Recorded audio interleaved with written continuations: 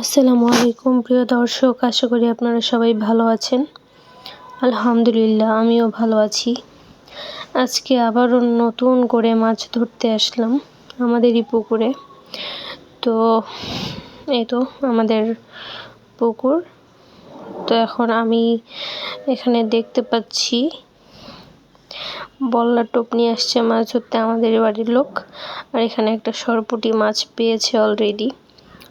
আমি তখন ওইটা ভিডিও করতে পারিনি। প্রিয় দর্শক, আমাদের বড়শিতে একটু সমস্যা আছে। আপনারা এটাকে কি বলেন জানি না, তবে আমাদের আঞ্চলিক ভাষায় এটাকে টোন বলে। সো এটা সমস্যা আছে, যার কারণে মাছ খাবার খেয়ে যায়, বাট বুঝতে পারি না। সো চলুন ও মাছ মারতে থাকুক, আমরা একটু ঘুরে আসি, তারপর আবার ভিডিও হবে। তো এইটা হচ্ছে যে আমাদের বাড়ির পাশে দেখুন, আমাদের বাড়ির অনেকগুলা হাঁস, প্রায় 20-25টা হাঁস আমাদের এই পুকুরে সাঁতার কাটছে। এটা খুবই ভালো লাগার একটা দৃশ্য। তো সামনে আরেকটা বাড়ি আছে, ওইখানে আমি আপনাদেরকে নিয়ে যাচ্ছি। ততক্ষণ পর্যন্ত ভিডিওটা দেখতে থাকুন।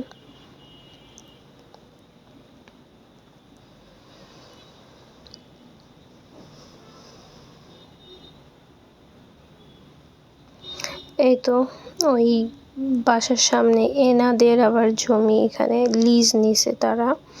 তো এই জমিতে তারা ফসল ফলায়। সামনে দেখা যায় যে ধান লাগাইছে এক সাইডে, আপনারা খেয়াল করছেন কিনা জানি না।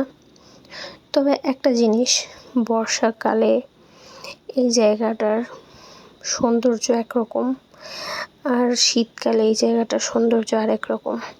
শীতকালেও ভিডিও করেছিলাম, বাট কিছু প্রবলেমের কারণে আমি চ্যানেলটায় আপলোড করতে পারিনি।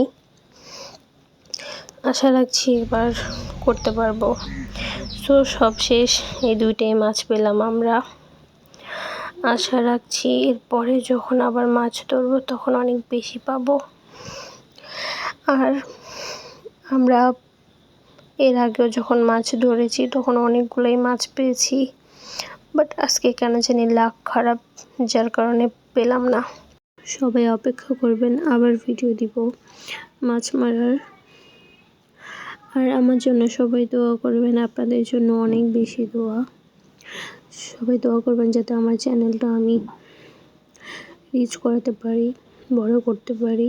তবে আপনাদের সাপোর্ট সবচেয়ে বেশি দরকার। আশা রাখি সবাই পাশে থাকবেন।